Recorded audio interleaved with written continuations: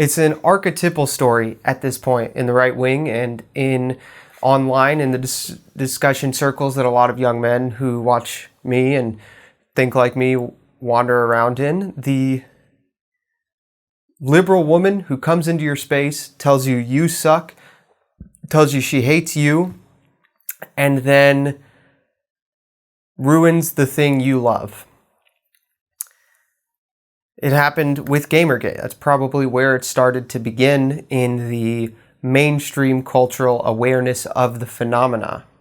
It's happened with Star Wars. It's happening with countless other IPs. But somewhere you wouldn't expect it to be happening is literature, because there's kind of a big separation between the books that young men tend to enjoy and young women seem to enjoy. There's a lot of that among a lot of things, but reading and literature are kind of a thing with two sides of it. And this is not a discussion of, the crisis that is the massive void porn addiction that is, smut literature. No, I'm talking about things like, I like to read The Road. I like to read The Road. This is not The Road. This is my copy of Blood Meridian. I like to read Blood Meridian. Another thing I like to read, A Man for All Seasons, right? I like to read, this whole shelf here is just books about Nixon. This shelf down here is books about other political things. Up here I've got Dune. I've got the C.S. Lewis Space Trilogy, A Canticle for Leibowitz, Camp of the Saints. Those are the kind of books that we traditionally think of men tending to enjoy more than women. Well, recently I've decided I am going to attempt to conquer Infinite Jest by David Foster Wallace. For those of you who are not familiar with Infinite Jest, the print is a normal print size for a book here. It is, I believe, 1,088 pages long, and 200 of the pages are endnotes. It's a novel. It's widely regarded as one of the great novels of the 20th century. Stephen King said Catch-22 and Infinite Jest are the two greatest contributions to literature in the second half of the 20th century. This year marks the 30th anniversary of the release of Infinite Jest. I know nothing about Infinite Jest. Besides, here are the things I know about Infinite Jest. It has something to do with tennis. It has something to do with addiction. It has something to do with entertainment technology. David Foster Wallace killed himself due to severe depression, and it's long and it's hard to read. I wanted to see if I could do it. I've been waiting. My local bookstore got in 2 copies today, one for me and one for my friend who's going to read it with me. And I got a call today, I got a text today from the owner of the local bookstore, who's a friend of mine.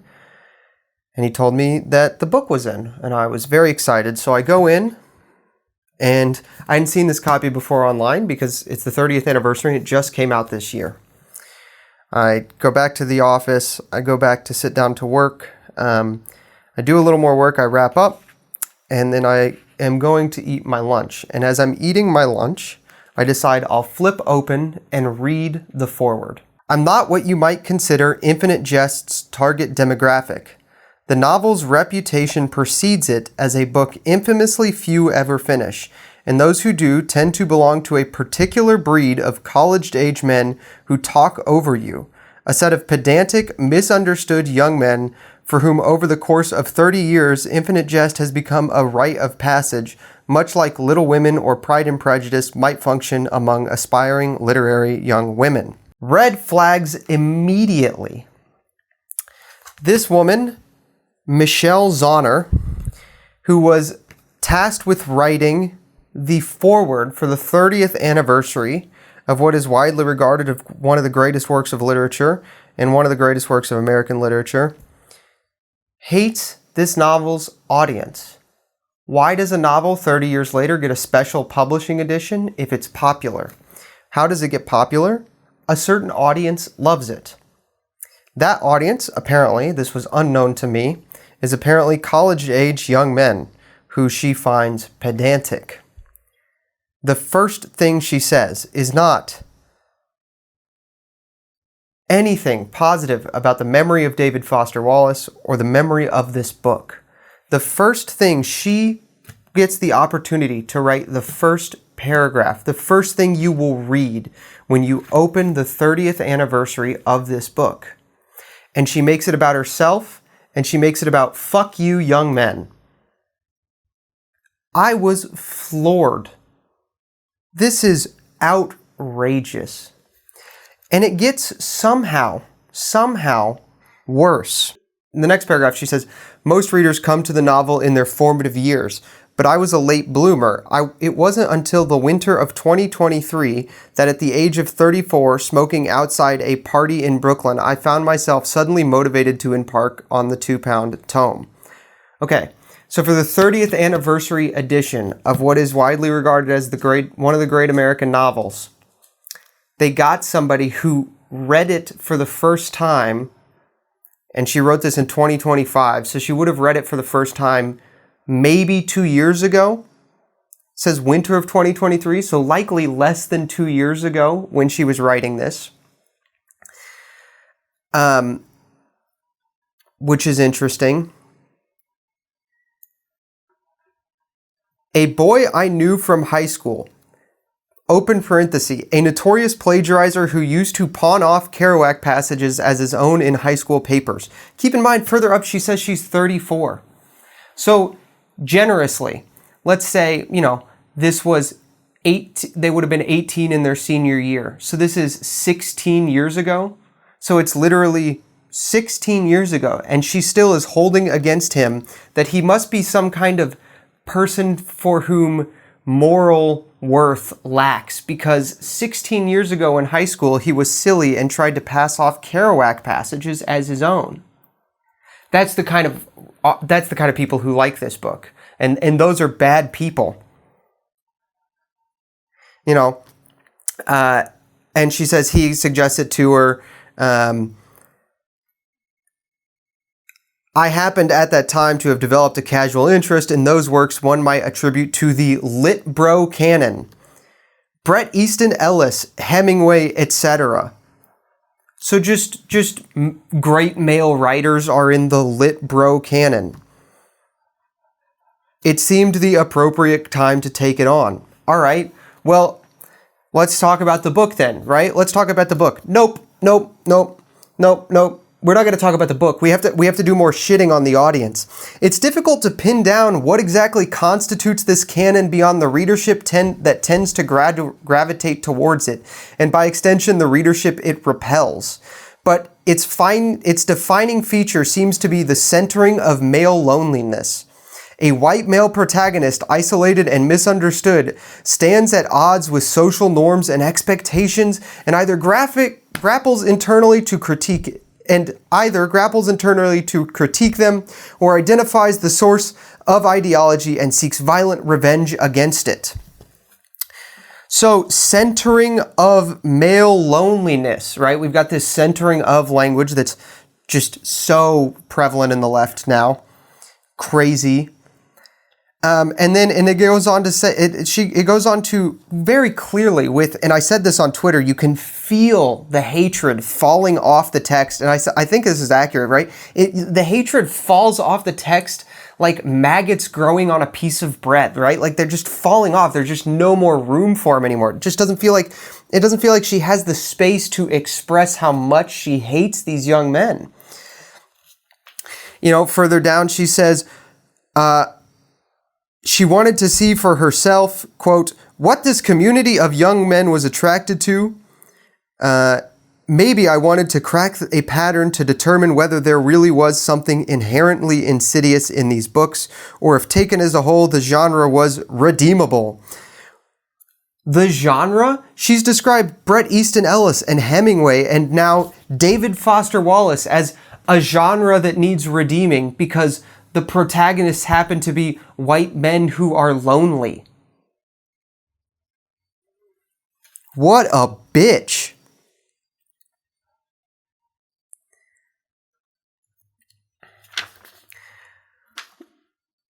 And while attempting to remain cognizant of my own internalized misogyny, I found it to be great fun. Oh, okay. So you have to, a woman, Michelle Zahner, a woman has to keep in mind, I have to remain cognizant of my internalized misogyny but even though I remained cognizant, it was fun. It was a fun book to read.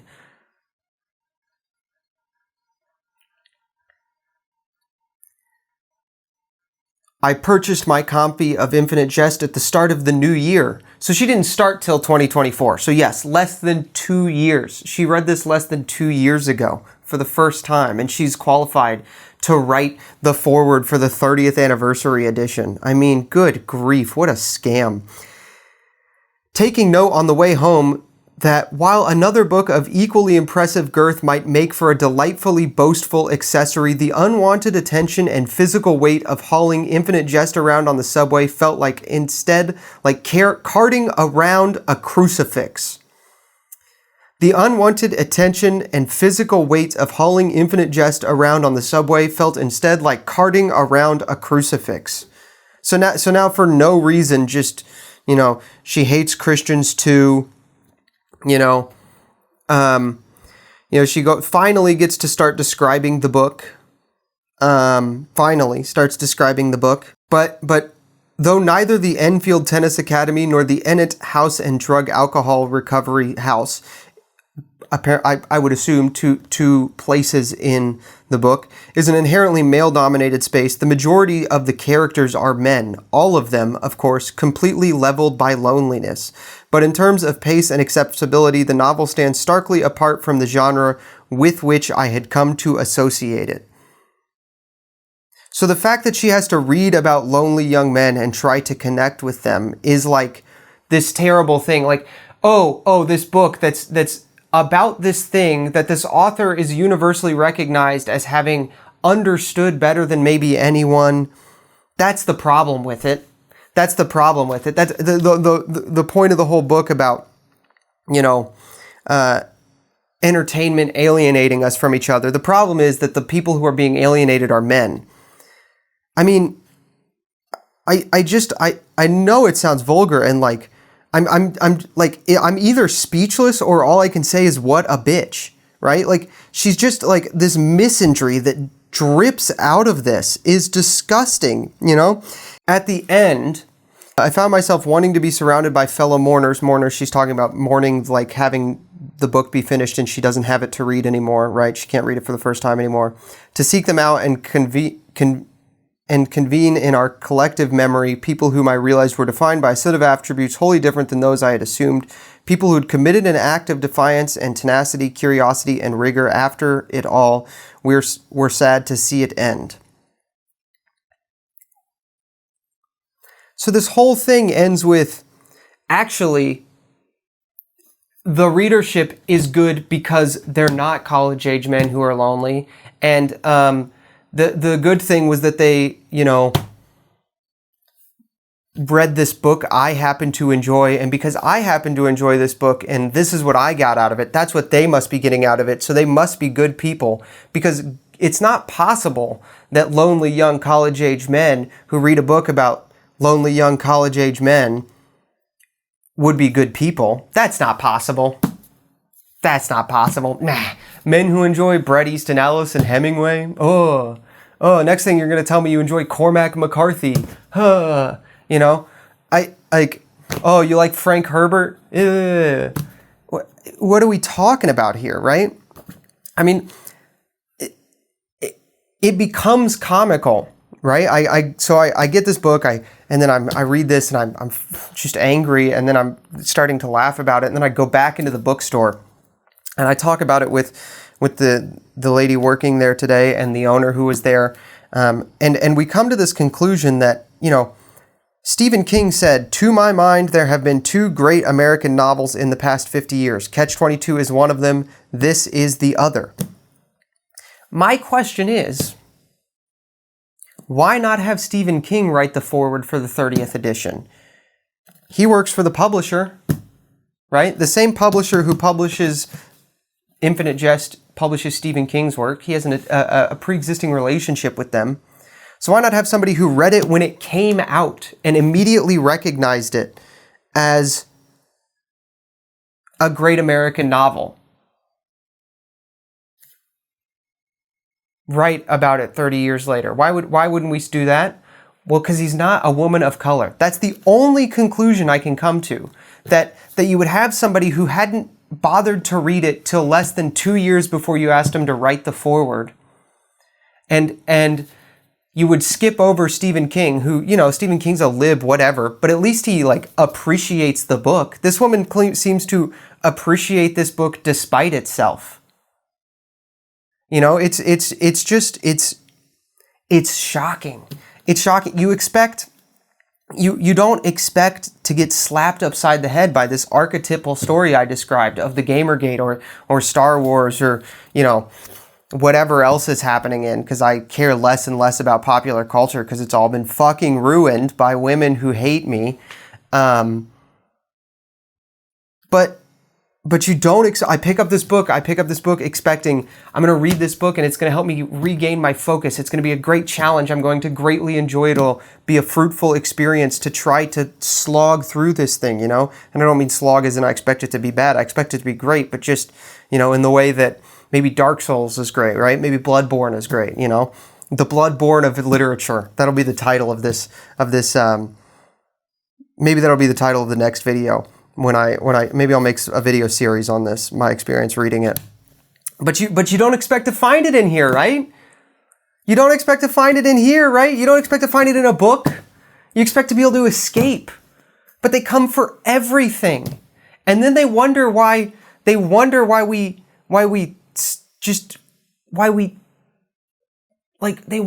so many young men hate them.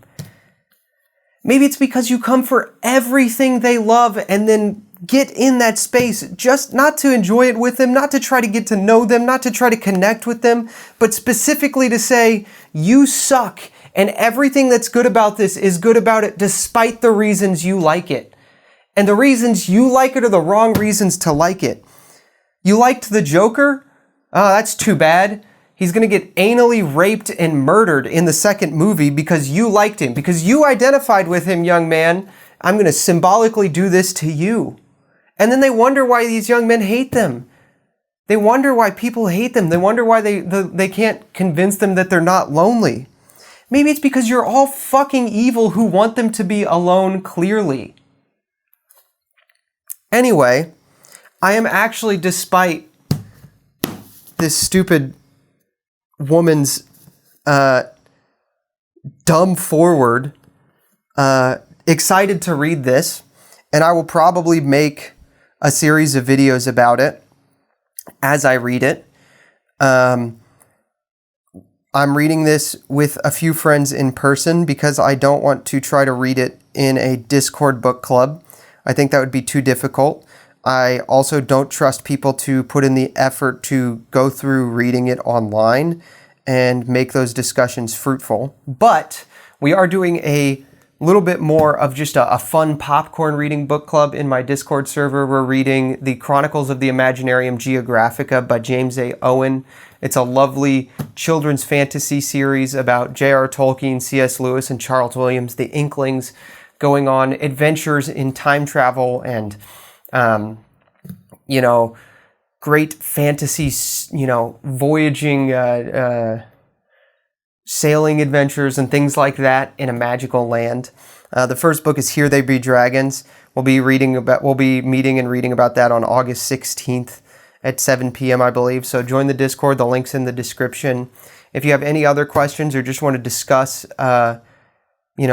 politics, literature, football. We have a college football channel now on the Discord. If you have any of those things that interest you and you would like to participate, I'd be happy to have you. We'd all be happy to have you. We have a fun community. We have a good time. I think some of the guys play friend slop games in there. I don't have as much time for that anymore, but I love that they do. I genuinely love that they do. I just don't have the time for it anymore. Yes. Pick up a copy of Infinite Jest. Probably don't buy the 30th anniversary edition because you don't need to read Michelle Zauner's foreword. And frankly, I like this cover, but it's not that much better than the classic one with the green text. So, you know, get that one, or get another one from an earlier edition, an earlier printing. But yeah, that's all I had to say. Thank you for watching this rant. If you're still here, you're cool. God bless you. So I should have done this beforehand, but I didn't. So just an end note here, an end note to my Infinite Jest video. Dude, I am going to put in end note with a time code. That's really funny. That's really funny. An end note to my Infinite Jest video for the foreword.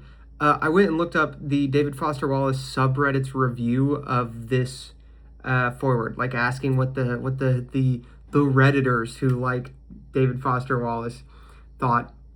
I'll just read you the opening sentence here.